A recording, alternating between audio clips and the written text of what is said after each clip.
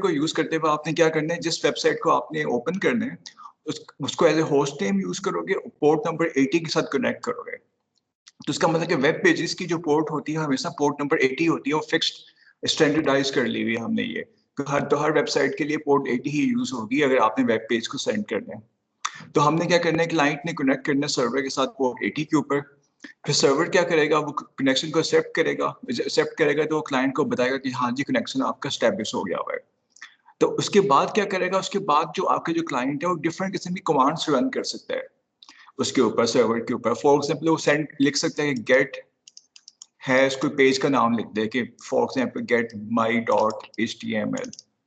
तो क्या करेगा वो, फिर उसके जवाब में सर्वर जो होगा उस इस वेब पेज का सारा वो सोर्स फाइल आपको सेंड कर दिया करेगा वापस। तो फिर आपके पास ये वेब पेज का सारा कंटेंट वापस यहाँ पे आ रहा होगा। तो इस फॉर्मेट में ये चल रहा होता है।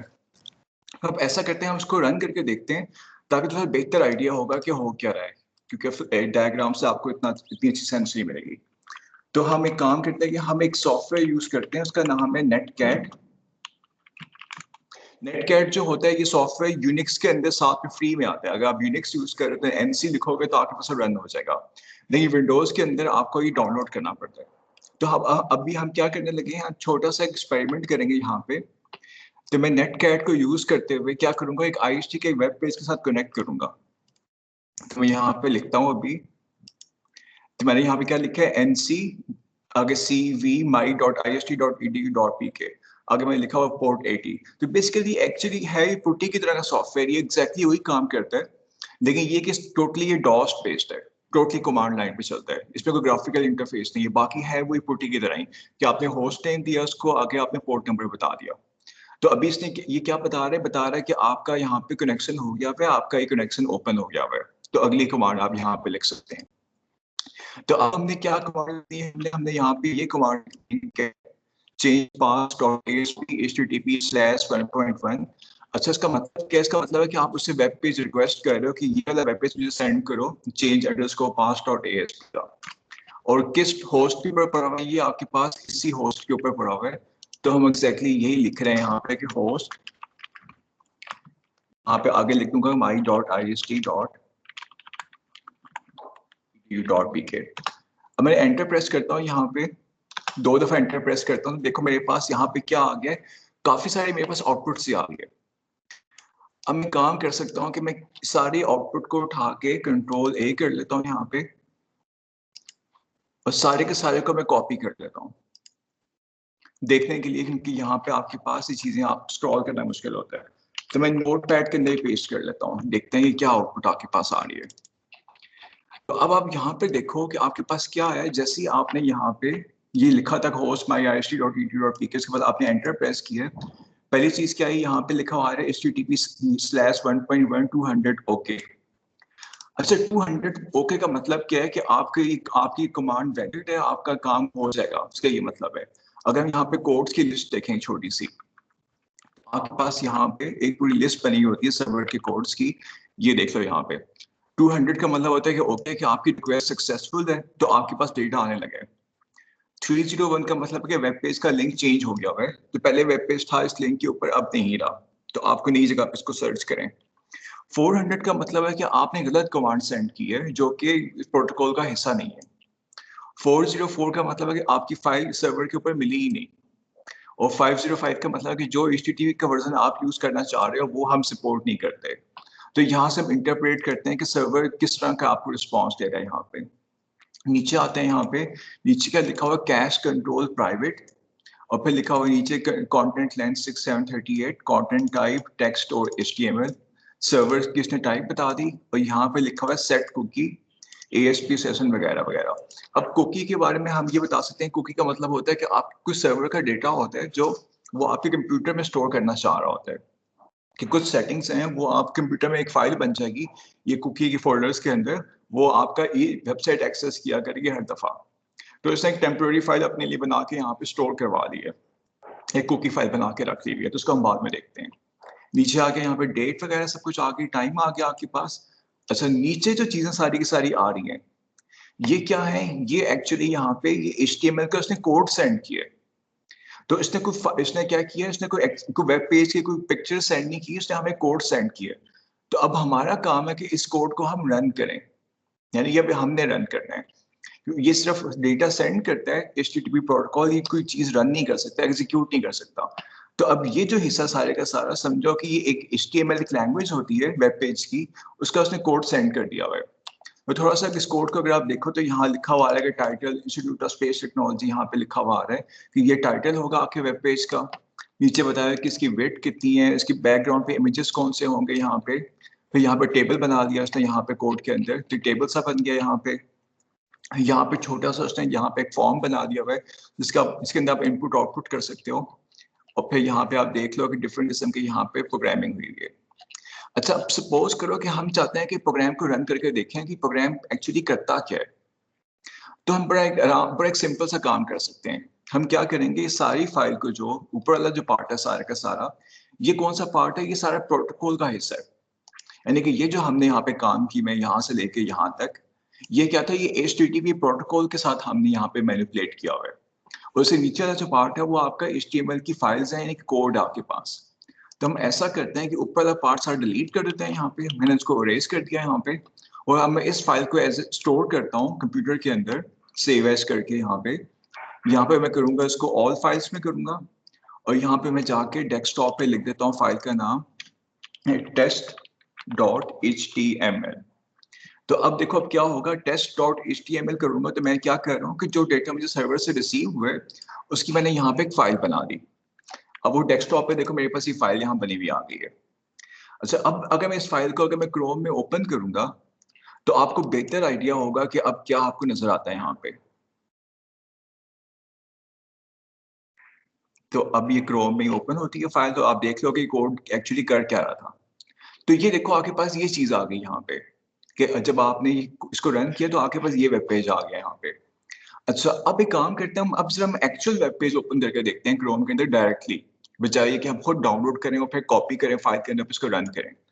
अब मैं डायरेक्टली यहाँ पे रन करके देखता हूँ, दफा my.ist.edu.pk chain_pass.asp।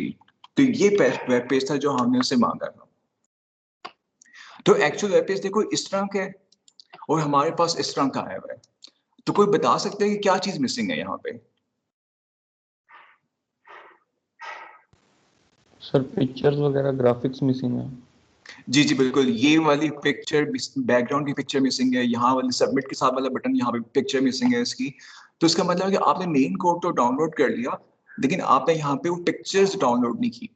तो अगर आप कोड के अंदर देखो यहाँ पे क्या लिखा हुआ है, image border is equal to 0, source is equal to images top dot JPG. इसका मतलब है कि ये आपको पिक्चर्स भी डाउनलोड करनी पड़ेंगी साथ साथ, उसको भी वेब पेज के साथ स्टोर करोगे तो वो पिक्चर्स लोड करेगा। क्योंकि अगर पिक्चर्स नहीं है इसके साथ पड़ेंगी तो वो पिक्चर्स तो नहीं दिखा सकता, वो बाकी पार्ट वो रन कर देगा। तो हमें क्या करना पड़ता है इसलिए HTTP को प्रोटोकॉल के अंदर, कि अगर आपके वेब पेज के अंदर कोई पिक्चर्स हैं तो आप क्या करोगे, आप एक एक करके हर चीज आप उससे एक एक करके हर पिक्चर भी आप रिक्वेस्ट करोगे वो पिक्चर भी मुझे सेंड कर दें। तो इसका मतलब है कि आपका भी प्रोटोकॉल किस तरह का हो जाएगा, कुछ हो जाएगा आपके पास कि फर्स्ट आपने पहले से कनेक्ट किया, उसने आपको एक्नॉलेज किया। अच्छा, कहाँ पे एक्नॉलेज किया उसने,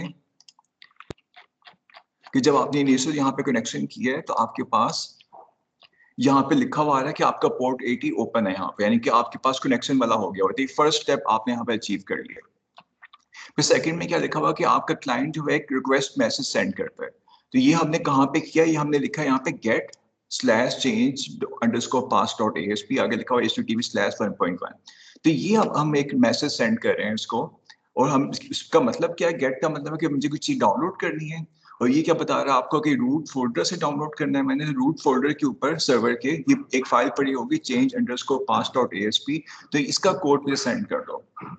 तो आपने ये सेंड किया तो उसके जवाब में सर्वर क्या करेगा, सर्वर यहाँ पे एक रिस्पॉन्स मैसेज सेंड करेगा। अच्छा, ये रिस्पॉन्स मैसेज आपके पास कहाँ है, यहाँ पे ये सारा पार्ट, ये जो लाइनें हैं ना 5-6, ये हम कहेंगे रिस्पॉन्स मैसेज आया आपके पास।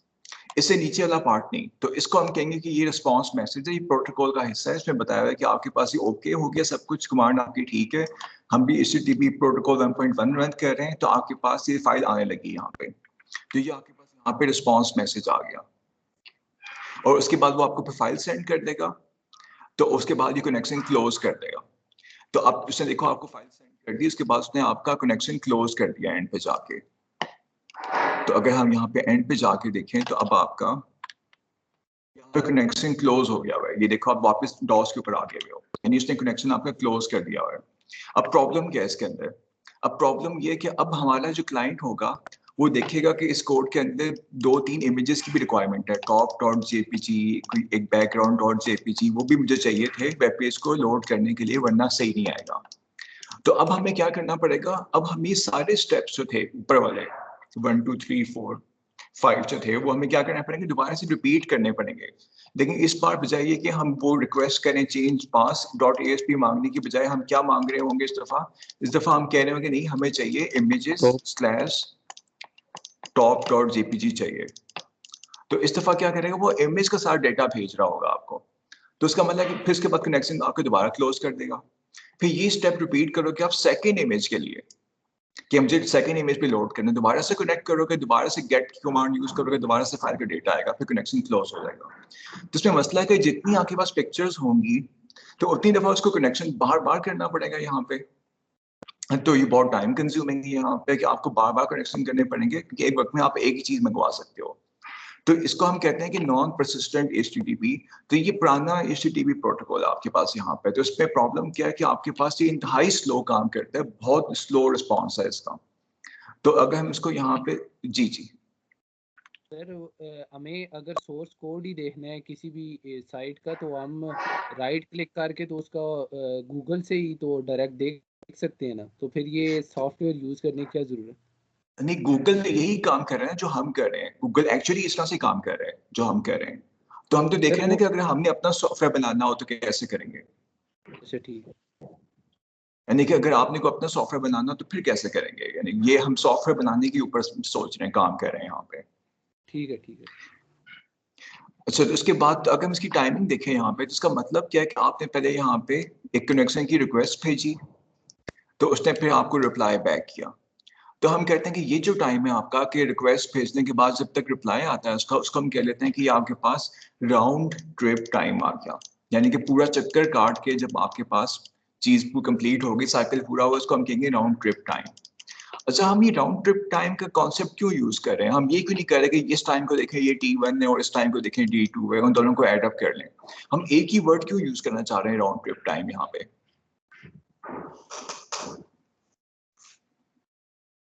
सर कभी कभी ये ज्यादा कम भी हो सकते हैं ना, तो इसलिए।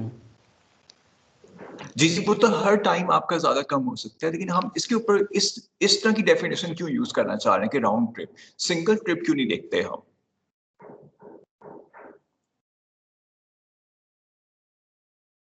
जी, इसकी वजह ये है कि कई दफा आपको पता है कि आपने अगर यहाँ पे रिक्वेस्ट भेजी है, अगर दूसरा अगर आपको रिप्लाई ना करे तो TCP क्या करेगा, वो कुछ सेकंड्स के बाद उसकी एक और कॉपी भेज देगा। अगर फिर भी आपके पास रिप्लाई नहीं आता तो आपको वो एक और कॉपी भेज देगा। तो TCP का तो काम ही ये रिलायबिलिटी चाहिए होती है। तो जब तक आपके पास जवाब नहीं आएगा उस वक्त तक ये क्या करता रहेगा, ये आपको कॉपियां भेजता रहेगा। तो जब जवाब आएगा उसके बाद वो स्टॉप करेगा। तो इसलिए हम कहते हैं कि हमें नहीं पता कि एक्चुअली कितनी दफा हमने T1 को यहाँ पे एडअप करना है।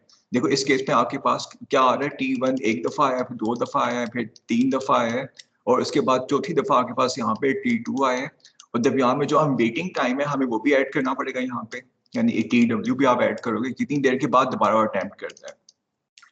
तो हमने कहा कि इन सारे टाइमिंग्स को ऐड अप करने से अच्छा है कि आप एक ही टाइम रख लो, वो ये क्या आपने रिक्वेस्ट भेजी और रिस्पॉन्स आने में कितना टाइम लगता है, यानी राउंड ट्रिप टाइम हमें वो बस देख लेते हैं। इन सारी टाइमिंग्स के अंदर बहुत सारा कॉम्प्लेक्स हो जाएगा हमारे पास, क्योंकि अभी हमें नहीं पता T1 को कितनी सर दफा मल्टीप्लाई करें। जी जी सर ये जो बार बार हम T1 सेंड कर रहे हैं सर, ये हम खुद करेंगे या हमारा जो क्लाइंट है वो खुद बार बार कर रहा होगा?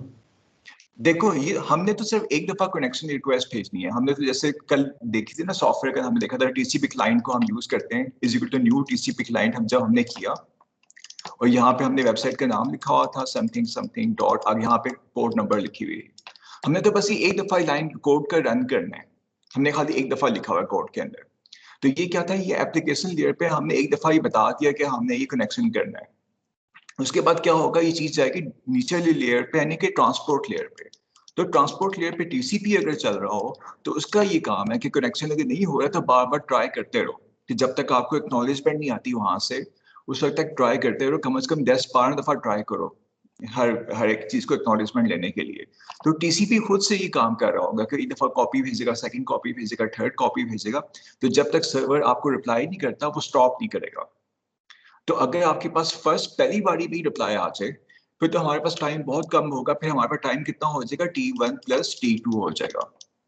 देखिए अगर दूसरी बारी में आपके पास रिप्लाई आता है फिर टाइम कितना हो जाएगा, ये हो जाएगा 2T1 + TW + T2 हो जाएगा हमारे पास। अगर थर्ड टाइम पे आता है तो आपके पास हो जाएगा ये 3T1 + 2TW + T2। तो ये मसला यहाँ पे हमें नहीं पता टीसीपी प्रोटोकॉल आपका कितनी दफा आपका ये रीट्रांसमिट करेगा यहाँ पे, क्योंकि हमें इसका आइडिया नहीं है, तो डिपेंड करता है हालात के ऊपर।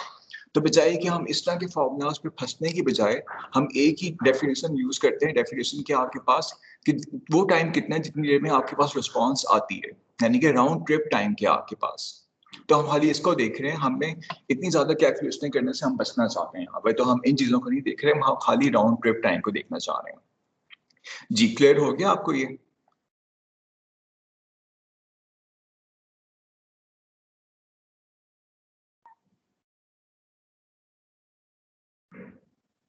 जी सबको क्लियर है? इसको आगे लेके चलें फिर हम कि आरटीटी को देख लें आगे।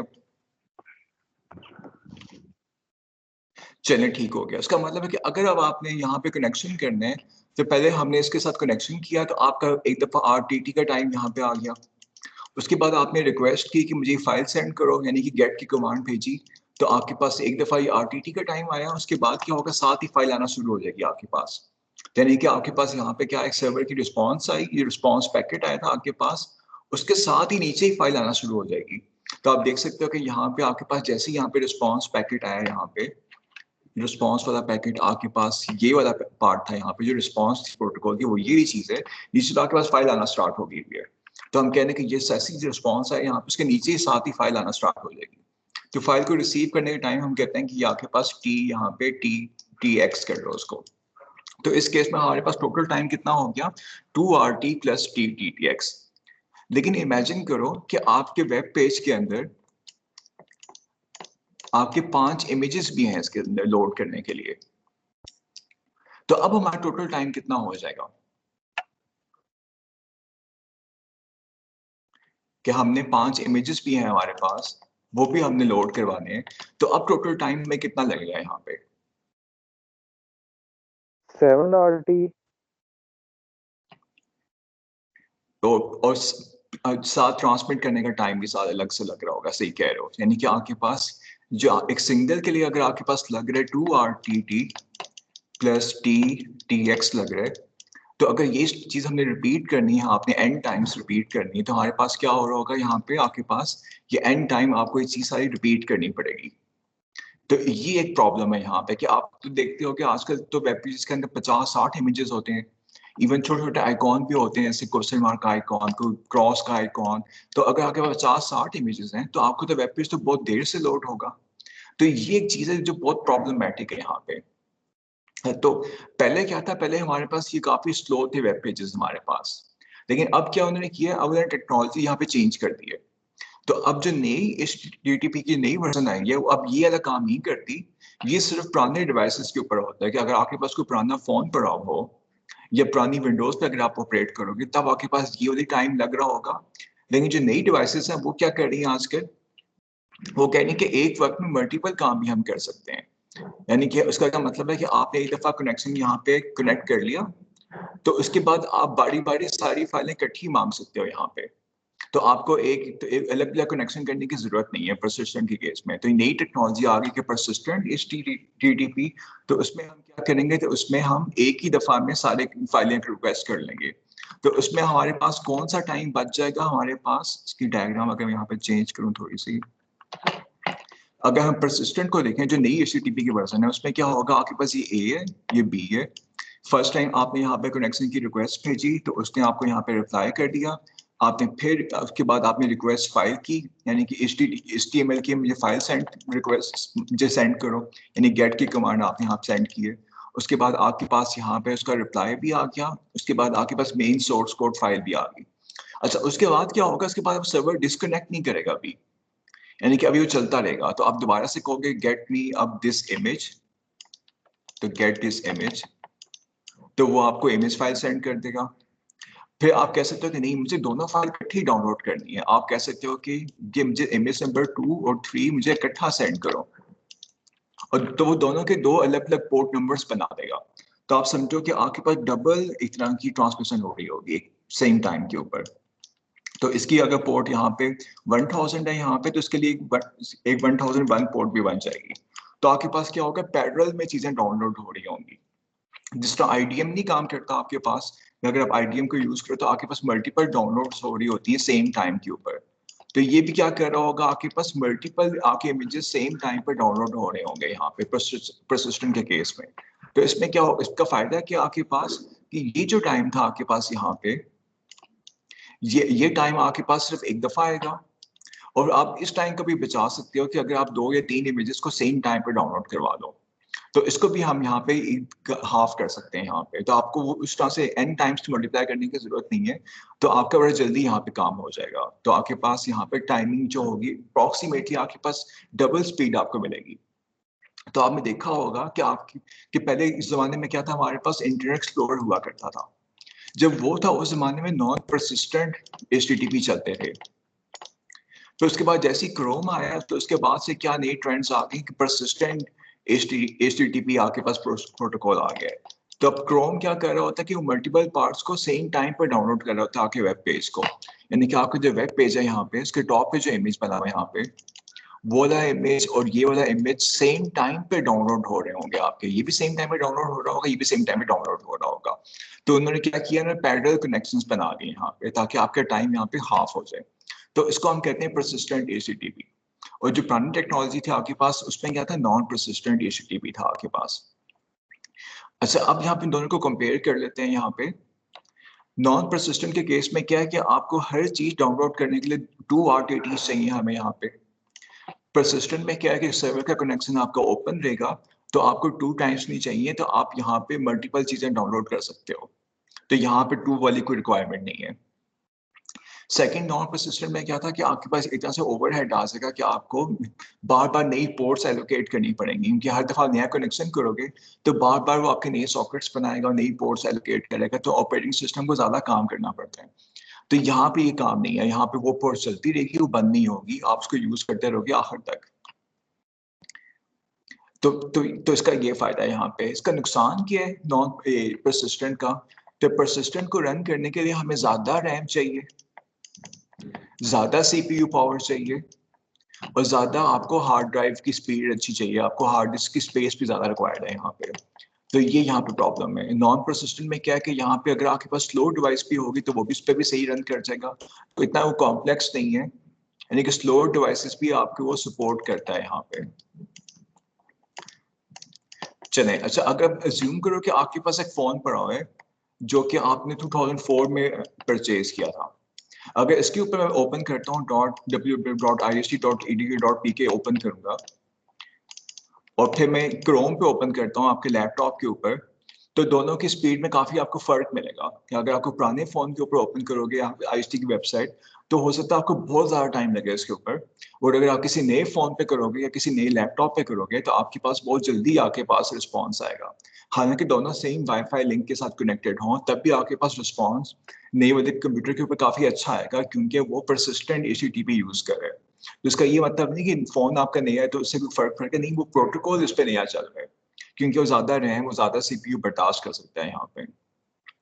तो इसका मतलब है कि अभी भी आपके पास जो परसिस्टेंट है वो बेसिकली डिपेंड करता है कि आपके पास CPU के पास कितनी रैम है यहाँ पे। तो सपोज करो कि एक वेबसाइट के ऊपर 100 इमेजेस पड़े हुए हैं, तो अगर आपकी रैम कम है तो हो सकता है वो एक वक्त में 5-5 इमेजेस डाउनलोड कर रहा हो। लेकिन अगर आपकी रैम और कनेक्शन अगर आपका अच्छा है तो हो सकता है वो 25-25 इमेज इकट्ठे डाउनलोड कर रहा हो। और अगर आपके पास बहुत ही अच्छा कनेक्शन तो हो सकता है सबके सबको इकट्ठा पैरालाइज करके डाउनलोड कर रहा हो 100 के 100 को। कभी भी डिपेंड करता है कि आपकी CPU की पावर कितनी है, स्पीड कितनी है फिलहाल भी। तो इस पर भी डिपेंड करता है कितना अच्छा आपके पास परफॉर्म कर रहा है। तो एक तरह से ये यहाँ पे ट्रेड ऑफ्स हैं। तो अब अगर आप कभी आप टास्क मैनेजर में जाके चेक करो कि क्रोम कितनी रैम यूज कर रहा है किसी भी टाइम पर, तो अगर आप देख के हैरान हो कि क्रोम जो होता है हमारे पास कंप्यूटर के अंदर काफी GBs में रैम यूज कर रहा होता है। हो सकता है 3 GB 4 GB बल्कि इससे भी ज्यादा यूज कर रहा हो रैम। वो ऐसा क्यों कर रहा होता है? क्योंकि उसने मल्टीपल कनेक्शंस एक एक वेबसाइट के अंदर रखे हुए होते हैं। और आप देखो क्रोम की मल्टीपल फाइल्स भी रन हो रही होती हैं, एक फाइल नहीं रन हो रही होगी, मल्टीपल एक्सी फाइल्स की चल रही होंगी, और हर एक के अंदर मल्टीपल थ्रेड्स भी रन कर रहे होंगे। तो ये क्या बता रहा है आपको कि क्रोम जो है वो बहुत हेवीली परसिस्टेंट HTTP यूज करते हैं, बहुत ज्यादा पैरेलल कनेक्शंस करते हैं, मल्टीपल डाउनलोड सेम टाइम पे कर रहे हैं, तो इसलिए वो बहुत ज्यादा वो आपकी वो रैम को कंज्यूम कर रहे हैं, बहुत ज्यादा आपके CPU के रिसोर्सेज को यूज कर रहे हैं, और आपकी हार्ड डिस्क को भी काफी एक्सेस ज्यादा कर रहा होगा। तो ये इसका यहाँ पे ट्रेड ऑफ है यहाँ पे। तो उसका फिर नुकसान क्या है इस चीज का कि आपके अगर मोबाइल की बैटरी अगर है आपकी, तो वो क्रोम बहुत जल्दी आपकी वो यूज करेगा। तो अगर मोबाइल पे यूज कर रहे हो परसिस्टेंट HTTP को, तो आपकी बैटरी लाइफ आपकी लो हो जाएगी, बैटरी लाइफ आपकी इतनी अच्छी नहीं होगी, तो बैटरी लाइफ आपकी सफर करेगी यहाँ पे। लेकिन नॉन परसिस्टेंट के केस में क्या होगा कि आपकी बैटरी लाइफ पे इतना लोड नहीं पड़ेगा, तो बैटरी लाइफ आपकी बेहतर रहेगी as compared to persistent HTTP यहाँ पे। जी ये क्लियर हो गया सबको? यस। चले ठीक हो गया। अच्छा अब हम यहाँ पे देख लेते हैं कि आपके पास और भी बहुत से प्रोटोकॉल के पार्ट्स हैं। जैसे हमने गेट को तो देख लिया, गेट का मतलब है कि आपने आपने कोई डेटा, आपने कोई रिक्वेस्ट करना है, तो आपको सेंड कर रहे हो उसको ताकि मुझे कोई चीज डाउनलोड करनी है। तो इसके मुकाबले में आपके पास एक चीज होती है पुट का मेथड। पुट का मतलब क्या है कि आपने उल्टा काम करना हो, कि अगर आपने कोई चीज अपलोड करनी हो डाउनलोड करने की बजाय, तो गेट को आप यूज कर रहे हो कि आपने कुछ चीज अगर डाउनलोड करनी है, फाइल आपको कुछ सोर्स फाइल चाहिए तो गेट यूज करोगे, और जब आपने फाइल अपलोड करनी होगी, कोई CV अगर आप अपलोड कर रहे हो, तो हम क्या कर रहे होंगे यहाँ पे पुट का तरीका यूज कर रहे होंगे इसी।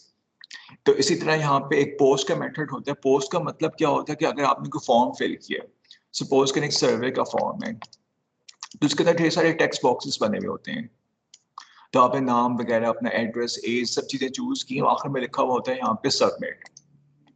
तो जब सबमिट करते हो तो क्या होता है, वेब पेज तो ऑलरेडी लोड हो चुका होता है आपके पास उस वक्त। तो फिर ये जो प्रोटोकॉल है पोस्ट मेथड जो होता है, इसका मतलब है कि आपने पूरे के पूरे वेब पेज के अंदर जो चीजें टाइप की हुई हैं, अगर वो आपने सेंड करनी हो सर्वर को, तो तब हम ये पोस्ट का मेथड यूज करते हैं यहाँ पे इस केस के अंदर। तो इस तरह से ये 3 बहुत इंपॉर्टेंट मेथड्स हैं जो कि हम बाद में यूज करते रहेंगे, इसको देखेंगे यहाँ पे। अच्छा इसी तरह उसके बाद फिर हम यहाँ पे देख रहे थे कि आपके पास डिफरेंट किस्म के स्टेटस कोड्स होते हैं। अच्छा अब जरा हम इसके साथ ट्राई करके देखते हैं, थोड़ा बहुत स्टेटस कोड्स को देखते हैं, एक्सप्लोर करते हैं यहाँ पे रन करके। सपोज करो कि मैंने इस दफा कनेक्ट किया इसके साथ, देखिए मैंने फाइल का नाम गलत लिख दिया यहाँ पे, मैं लिख देता हूँ यहाँ पे change_p.asp। अब मुझे पता कि ये फाइल एग्जिस्ट नहीं करती, तो फिर देखते हैं कि यहाँ पे क्या आपके पास चीज आती है। तो मैंने गलत फाइल का नाम लिख दिया यहाँ पे जो सर्वर पे है ही नहीं। अब जब मैं एंटर प्रेस करूंगा तो देखते हैं यहाँ पे क्या आपके पास मैसेज आता है। तो जब मैंने यहाँ पे एंटर प्रेस किया तो आप पहले देखो यहाँ पे क्या लिखा हुआ आ रहा है, 404। 404 का मतलब क्या है यहाँ पे, नॉट फाउंड, यानी कि ये डॉक्यूमेंट जो है इस सर्वर पे नहीं मिला इनको, तो यहाँ पे लिखा हुआ है नॉट फाउंड। लेकिन अब आप सोच रहे हो कि नीचे कोड तो फिर भी आया हुआ है इस केस में भी, तो ये कौन सा कोड है जो कि फिर भी आपके पास यहाँ पे आ गया हुआ है। तो अब जरा चेक करो ये कोड क्या करता है। ये कोड बेसिकली आपके पास लिखा हुआ आता है यहाँ पे कि 404 फाइल और directory not found, need source you are looking for have been removed. तो अगर हम इसको रन करके देखना चाहें कि ये कोड जो सेंड किया है ये क्या करेगा, तो इसको भी हम करके देख लेते हैं। यहाँ पे इसको हम कॉपी करते हैं, फिर हम जाके उसी नोट पैड की फाइल में यहाँ पे Ctrl+A Ctrl+V करते हैं, उसी को मैं यहाँ पे स्टोर कर देता हूँ ड्राइव के ऊपर। अब मैं इसको ओपन करके देख लेता हूँ यहाँ पे, बल्कि मैं यहाँ पे रिफ्रेश कर लेता हूँ उसको। तो यही फाइल थी मेरे पास, को ओपन किया मैंने, तो देखो आपके पास ये चीज बनी हुई आ गई। तो उसका मतलब सर्वर ने जो कोड भेजा बेसिकली वो ये मैसेज ही है कि 404, इसी को उसने ग्राफिकल HTML की फॉर्म में कन्वर्ट करके भेज दिया। तो इसके अलावा कुछ भी नहीं था, यानी कोई एक्चुअल को फाइल नहीं आई आपके पास, ये एक पर्टिकुलर मैसेज है, वैसे ही आपको हर केस में मिलता है। तो अगर मैं डायरेक्टली भी अगर ये चीज लिखता हूँ IHT के वेब पेज के साथ, मैं लिखता हूँ यहाँ पे, मैं यहाँ पे कुछ भी रैंडम लिख देता हूँ change.asp, तो आपके पास देखो यही मैसेज आता है यहाँ पे। तो एग्जैक्टली उसे वो कोरस्पॉन्ड कर रहा है। तो ये आपके पास आ गया 404 का मैसेज। अच्छा अब हम देख लेते हैं 400 का मैसेज। तो अब मैं अगर एक दोबारा से कनेक्शन अगर मैं करता हूँ यहाँ पे, सपोज करो मैं यहाँ पे गेट की जगह यहाँ पे मैं लिख देता हूँ सेट लिख देता हूँ, और फिर बाकी चीजें ऐसे ही फॉलो करता हूँ। तो फिर देखो इस बार मेरे पास क्या लिखा हुआ है, कि मैंने एक दफा ठहरे हैं इसको, ये अभी कनेक्शन आपका बंद ही नहीं किया उसने।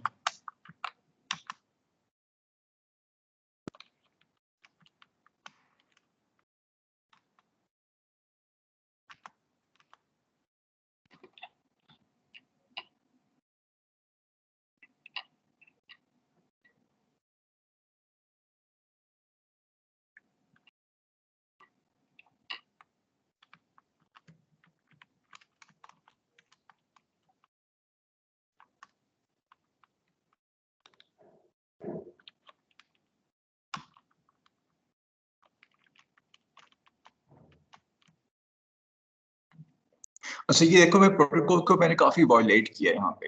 यहाँ पे देखो मैंने क्या लिखा है, मैंने गेट की बजाय यहाँ पे सेट लिख दिया है, और नीचे होस्ट की बजाय मैंने डबल एच करके होस्ट लिख दिया है यहाँ पे। तो देखो इस बार मुझे क्या रिस्पॉन्स मिल रहा है यहाँ पे। इस बार मुझे लिखा हुआ आ रहा है कि यहाँ पे आपके पास एरर कोड आ रहा है 400। अब जरा 400 को देखते हैं। यहाँ पे 400 का मतलब क्या है कि आपके पास बैड रिक्वेस्ट आई है, कि एक ऐसा मैसेज आपने सेंड किया, सर्वर को समझ ही नहीं आया कि आप क्या कह रहे हो यहाँ पे।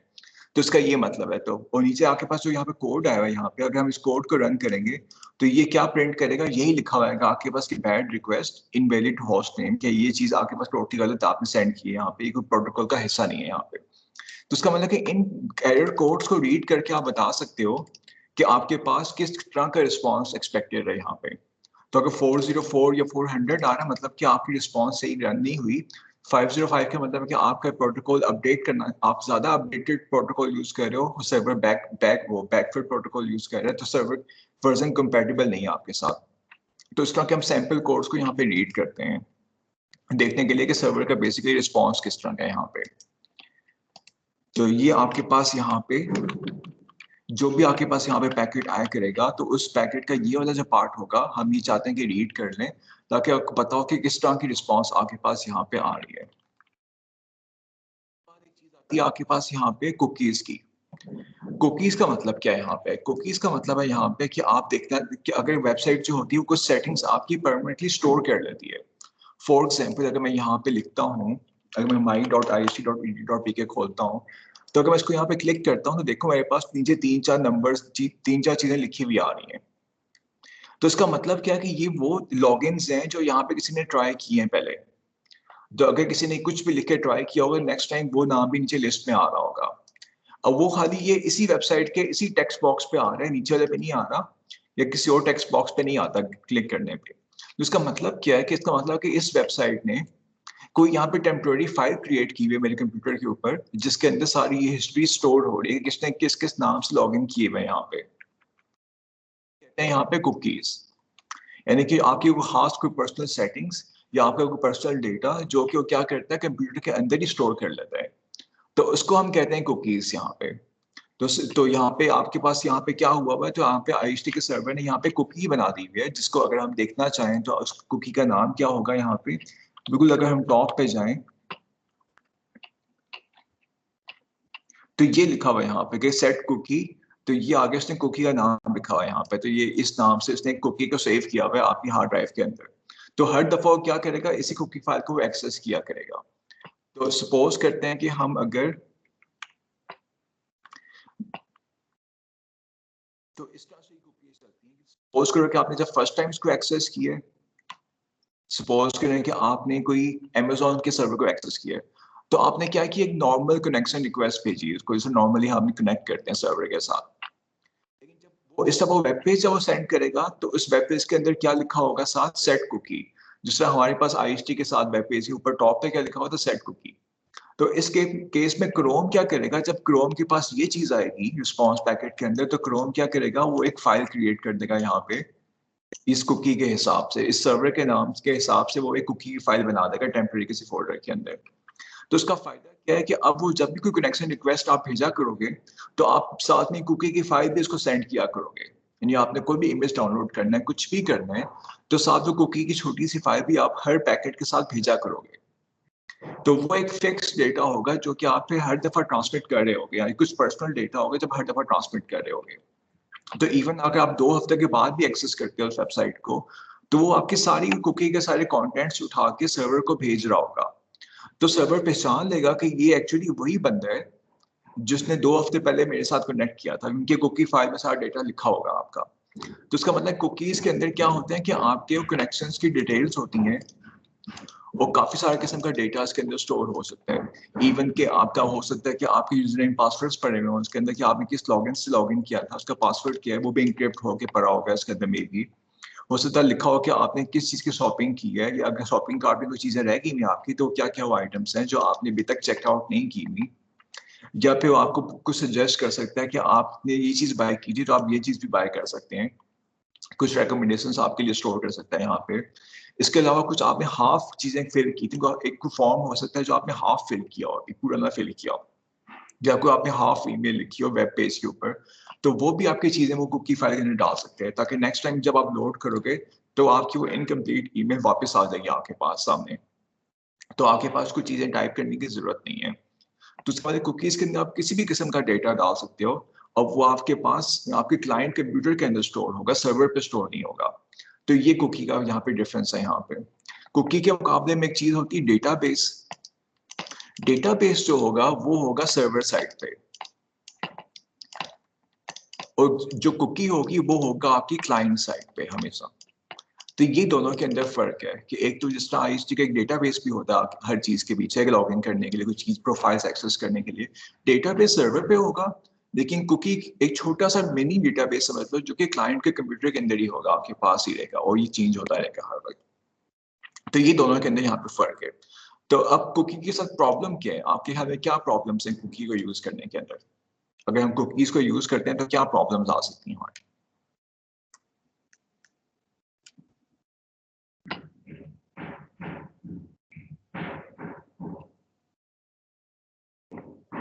सर जैसे हमारा सिस्टम कोई और यूज करता है तो फिर उससे इंफॉर्मेशन पता चल सकती है जो कि हम नहीं बताना चाह रहे होते।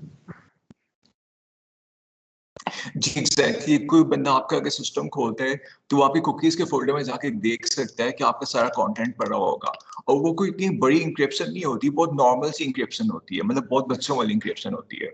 उसको ब्रेक करना तो कोई काम ही नहीं है, उसको आराम से आप ब्रेक कर सकते हो। तो उसमें से आपके पास सारा डेटा निकल आएगा कि आपने क्या क्या चीजें ऑर्डर की हुई हैं, क्या क्या आपके यूजर नेम्स हैं हर चीज को ओपन करने के लिए। तो आपका बहुत सारा पर्सनल डेटा निकालना बड़ा आसान है इसके अंदर से।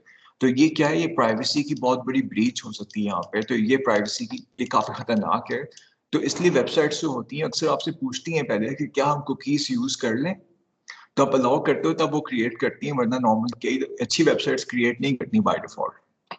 तो ये एज पर लॉ जो है, जो अमेरिकन लॉ जो है आजकल, उसके मुताबिक ये आपको यूजर से पूछना होता है कि आप पूछ लो, इनको बता दो कि आप कुकीज को अलाउ करें कि नहीं करें, बगैर बताए कुकीज ना यूज करें।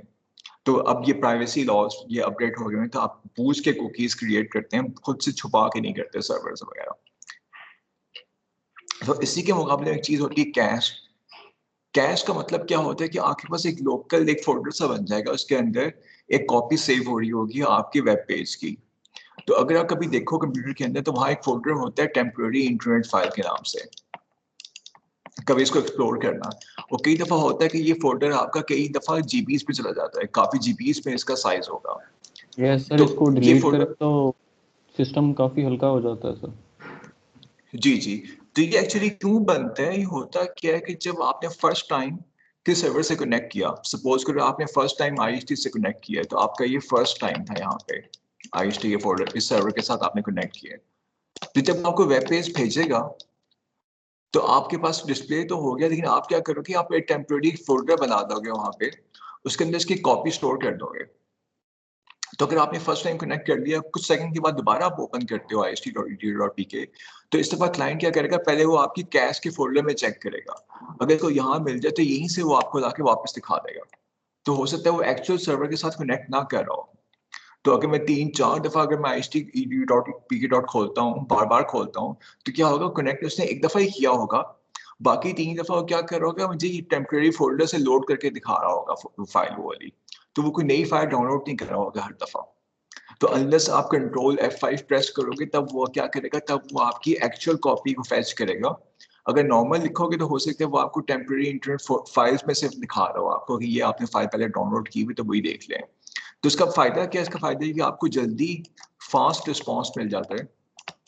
लेकिन नुकसान क्या है कि हो सकता है कि आप आउटडेटेड पेज देख रहे हो, ये ऐसा पेज देख रहे हो जो कि एक्चुअली चेंज हो चुके हैं, तो इसके भी काफी ज्यादा चांसेस होते हैं कि आपके पास जो कैश मेमोरी जो होती है वो फाइल थोड़ी देर के बाद अपडेट होती है, हर वक्त अपडेट नहीं हो रही होती।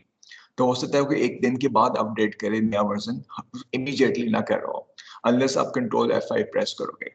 तो इससे कुछ परफॉर्मेंस बेहतर हो जाएगी, लेकिन नुकसान क्या है कि आपके हार्ड ड्राइव बहुत ज्यादा कंज्यूम करेगा, और दूसरा ये कि आपको कुछ आउटडेटेड डेटा भी मिल सकता है कुछ केसेस के अंदर। तो कुछ आपके पास लोड कम हो गया, ट्रैफिक कुछ कम होगी, लेकिन आपकी वो हार्ड ड्राइव की स्टोरेज बढ़ गई यहाँ पे। तो इसलिए हर कुछ हफ्तों के बाद आपको चाहिए कि ये फोल्डर क्लियर कर लिया करें, वरना इसका कोई फायदा नहीं होता। वो बहुत एक्सपायर्ड कंटेंट है सारे का सारा, वो किसी काम का नहीं होता। तो रोजाना के रोजाना हमें चाहिए क्लियर कर लिया करें, ताकि आपकी वो कंज्यूम ना करें यहाँ पे मेमोरी फजूल में। तो इस तरह से होता है कि फिर ये आपकी जो क्लाइंट्स होते हैं वो पहले कैश मेमोरी के अंदर सर्च करते हैं, तो फिर उसके बाद वो आपको फेच करते हैं।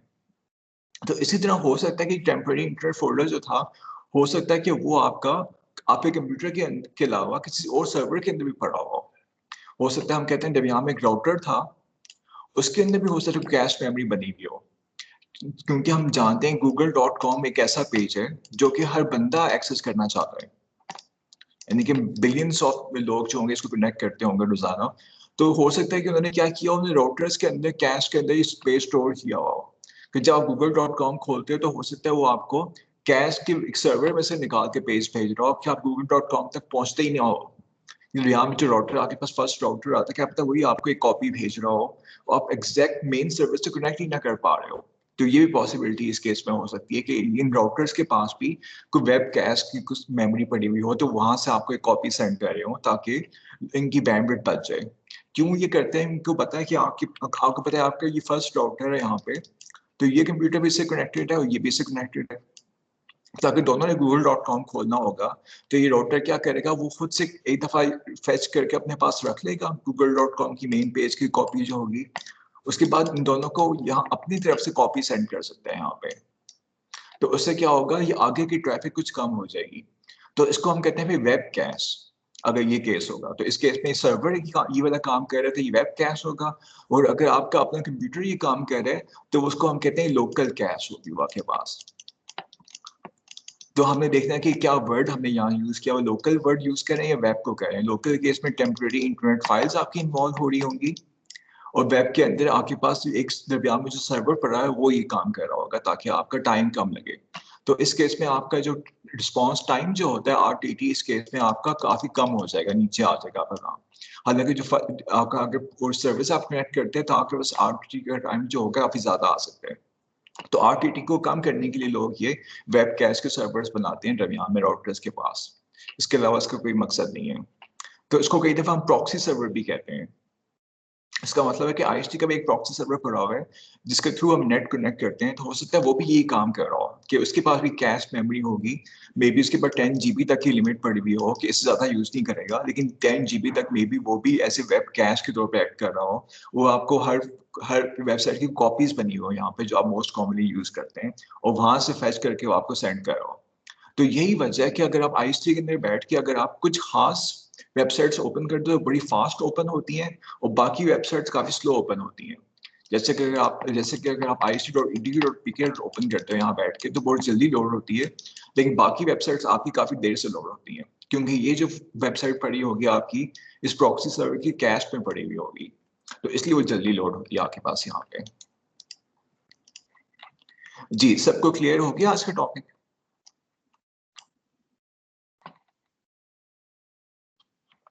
Yes sir. बस आप ही काम कर लेना वीकेंड के ऊपर, या ये कल अगर आपको टाइम मिले तो आप एक्सपेरिमेंट्स करके देख लेना ये नेट कैट के साथ। तो ये मैं सॉफ्टवेयर गूगल ड्राइव पे डाल दूंगा, तो ये आप कुछ वेब सर्वर्स खुद से एक्सेस करके देख लेना कि कैसे रिस्पॉन्ड होते हैं। फिर उनके कोड को आप उठा के टेक नोट पैड की फाइल में लिखो और देखो कि वो रन होता है कि नहीं होता आपके पास। तो ये बड़ी इंटरेस्टिंग एक्सरसाइज है आपके लिए, आप करके देख सकते हो खुद से। इवन अगर आपने खुद से एक वेब पेज बनाना हो तो आपने कुछ भी नहीं करना, सिंपल सा क्या करना है, इसको हम डिटेल में कल नेक्स्ट क्लास पे देखते हैं वैसे कि ये लैंग्वेज एक्चुअली कर क्या रही है। लेकिन अभी सिर्फ आप उसको रन करके देख सकते हो, फिलहाल इतना कर सकते हो। बाकी कुछ समझने के लिए हम उसके ऊपर एक नेक्स्ट क्लास में इसको देखते हैं फिर यहाँ पे। चलें जी, क्वेश्चंस हैं तो आप पूछ लो, नहीं तो फिर हम साइन ऑफ कर देते हैं।